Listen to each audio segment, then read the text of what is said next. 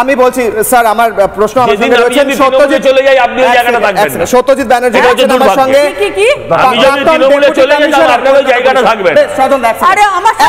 আমি audio down করে এবার বাইট চালাতে হবে না তাহলে বাইট চালাতে হবে বলছি না যদি আমি কোর্টে না যাই যদি আমি এক সেকেন্ড তাহলে আপনি আমার টপিক আলাদা আরে আসুন আমার টপিক আলাদা আমি স্যারের কাছে যাব প্রাক্তন ডেপুটি কমিশনার কলকাতা পুলিশের স্যার আমার প্রশ্ন হচ্ছে এটা তো ব্রিটিশ আমলের গুলি বন্দুক কিনা আমি জানি না যেগুলো নদীর তলা উদ্ধার হচ্ছে কারণ ওখানে প্রতিদিন মানুষ স্নান করতে যান কিন্তু এখন আজকে গিয়ে হঠাৎ পায়ের তলায় পেলেন মানে কোথাও থেকে সেটা এসেছে এত বারুদের স্তূপ যেখানে রাখা রয়েছে সেই বারুদের স্তূপ এই ছোট্ট একটা গলি মাথায় রাখা রয়েছে এনআইএ চেয়েছেন সুকান্ত মজুমদার এনআইএ চেয়েছেন রাজ্য আসবেন না রাজ্য উত্তর নেব স্যার এটা পুলিশের কি দায়িত্ব ছিল স্যার দেখুন প্রথম কথা হচ্ছে জলে আমরা জেনারেলি দেখেছি আমরা মাছ থাকে জলে যে লাইভ কার্টিস পাওয়া যায় সেটাও কিন্তু .303 মানে রাইফেলের এবং মাস্কেটের এটা কিন্তু থাকা অনুচিত কারণটা হচ্ছে যে আমরা মাছ দেখে অভ্যস্ত আমরা কাঁকড়া দেখে অভ্যস্ত শামুক দেখে অভ্যস্ত কিন্তু ওই যে দেখাচ্ছেন আপনার টিভির মাধ্যমে লক্ষ লক্ষ লোক দর্শক দেখছে এটা 303 গুলি এবং মাস্কেটের গুলি এই মাস্কেটের গুলি এবং প্রত্যেকটা আপনি বলছেন যে কিছুক্ষণ আগে বললেন যে ইংরেজদের সময় এটা খুব তাজা গুলি কিছুদিন আগে এটা ফেলে দিয়ে গেছে এখানে কেউ ভয় পেয়ে ফেলে দিয়ে গেছে এটা হচ্ছে 1 নম্বর 2 নম্বর হচ্ছে যে অর্থাৎ পুলিশ এখানে যদি ধরতে পারতো তাহলে এটা সিজার লিস্টে আসতে পারতো তার মানে একজনকে রেসপন্সিবল পিকস আপ করা যেত সেটা হয়নি দেখুন আমি পলিটিশিয়ান নই এদিকে আমাদের যে ম্যাডাম বসে আছেন কিংবা আমাদের সজল বসে আছে এরা পলিটিক্সের কথা বলবে আমরা কতগুলো প্রিন্সিপালের কথা বলছি সেই কথাগুলো কি আছে দুটো কথা দেখুন প্রতিদিন 2 মাস 1.5 মাস পরে আমাদের চ্যানেলে বসতে হয় এবং কোথাও না কোথাও বাজি কারখানা হচ্ছে সেটা অবৈধ বেসিক্যালি আমরা দেখা গেছে রেকর্ডেড হিসাবে দেখা গেছে এটুকু যে পশ্চিমবঙ্গের মধ্যে টোটাল বাজি কারখানা রেকর্ডেড বাজি কারখানা আমাদের কাছে যেটুকু আমি জেনে আসলাম সেটা 21টা আছে 21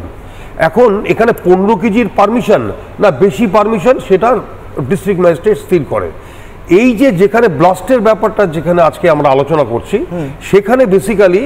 প্রচুর পরিমাণে বারুদের স্তূপ ছিল এবং খড় দিয়ে ঢাকা ছিল আমাকে একটু বলে দিন কিশোরয় মানে কচি পাতা তাই তো এখন ব্যাপার হচ্ছে যে যদি এটা বৈধ ব্যবসায়ী হতো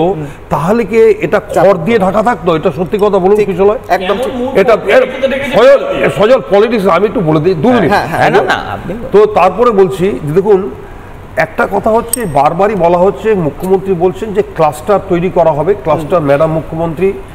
এটা কিন্তু ফ্যাক্ট উনি মানসিক দিক থেকে হয়তো উনি চাইছেন এটা তৈরি করার একটা পরিস্থিতি একজন এডিএম জুডিশিয়ালকে দায়িত্ব দেওয়া হয়েছিল যে আপনি প্রত্যেকটা থানা ধরে বার করুন কোথায় কোথায় বাজি কারখানা আছে এবং তাদের এগেনস্টে ব্যবস্থা নেওয়ার কথা কিন্তু বেসিক্যালি সেগুলো হয়ে ওঠেনি ক্লাস্টার গঠন মানে হচ্ছে জনবসতি থেকে একটু দূরে বাজি কারখানাগুলো হবে কিন্তু যেই ব্লাস্টের পরিণতিতে আজকে 8 জনের মৃত্যু হয়েছে তার মধ্যে 3-4 জন একদম 6 মাসের শিশু যারা পৃথিবীর আলো দেখতে পেল না কিন্তু ঘটনা হচ্ছে যে এদের প্রত্যেকের কাছে ট্রেড লাইসেন্স নট দ্য বাজি লাইসেন্স ট্রেড লাইসেন্স আদারওয়াইজ বাজি লাইসেন্স আলাদাভাবে ডিস্ট্রিক্ট ম্যাজিস্ট্রেট থেকে পেতে হবে এবং অন্যান্য অথরিটির থেকে পেতে হবে তাদের কারো কাছে এটা ছিল না এটা প্রত্যেকটা দিন আমরা বলি কি আমরা যারা পুলিশে কলকাতা পুলিশ এবং রাজ্য পুলিশে কাজ করি আমরা বলি যে এখানে প্রোঅ্যাক্টিভ হিসাবে কাজ করতে হবে অর্থাৎ আমরা অ্যাকশনটা ঘটার আগে মানে এই যে ঘটার পরে সব পুলিশ অফিসাররা যাচ্ছে আইএস অফিসাররা যাচ্ছে সব আমার এমএলএ এমপি যাচ্ছে মন্ত্রী যাচ্ছে এটা নয় আমরা বলছি প্রোঅ্যাক্টিভ এদেরকে প্রথম থেকেই ধরতে হবে 2 মাস পর রেড 2 মাস পর অ্যারেস্ট এবং লঘু সেকশনে কেস নয় কেসটা অ্যাকুরেট সেকশনে অর্থাৎ এক্সপ্লোসিভ নিয়ে কেস দেওয়া হয়নি স্যার এক্সপ্লোসিভ সেকশনে যে কেসটা হচ্ছে 9B এক্সপ্লোসিভ অ্যাক্টের কেসটা এটাকে লঘু সেকশন বলা হয় বেসিক্যালি এর পানিশমেন্ট আর যেটাতে এই যে মানুষ মারা গেছে এটা হচ্ছে এক্সপ্লোসিভ সাবস্টেন্স অ্যাক্ট এটার মধ্যে দূরত্ব পার্থক্য এরকম অর্থাৎ যদি আপনি 9B এক্সপ্লোসিভ অ্যাক্টে হন সে বেল নিয়ে চলে আসবে কিন্তু ইয়েস অ্যাক্টের কেসে এক্সপ্লোসিভ সাবস্টেন্স অ্যাক্টে যদি দেন সে বেল পাবে না 10 বছরের সাজা আছে 10 বছর স্যার যে অ্যামাউন্টে বারুদ ওখানে খড় দিয়ে চাপা দেওয়া ছিল আমার প্রশ্ন আমি হাইপোথেটিক্যালি জিজ্ঞেস করছি সেটা কি শুধু বাজির জন্যই ব্যবহার হতে পারে নাকি অন্য কাজেও ব্যবহার করার প্রয়োজন পড়লে করা যেতে পারে ওই বারুদগুলো বোম বাঁধতেও ব্যবহার করা যেতে পারে যদি প্রয়োজন পড়ে কিশোরয় দেখুন আমি সত্যি কথা বলি, আমি মিডিয়া ট্রায়ালে আসি না, এটা ইনভেস্টিগেশনের চ্যাপ্টার, তো এটা কি জন্য রেখেছিল সেইটা এখন কিন্তু ফরেনসিক এসছে, ফরেনসিক এটা দিয়ে কি বোমা বানানো যেতে পারে? যেতে পারে। সজল দা একটু বলতে জানি আমি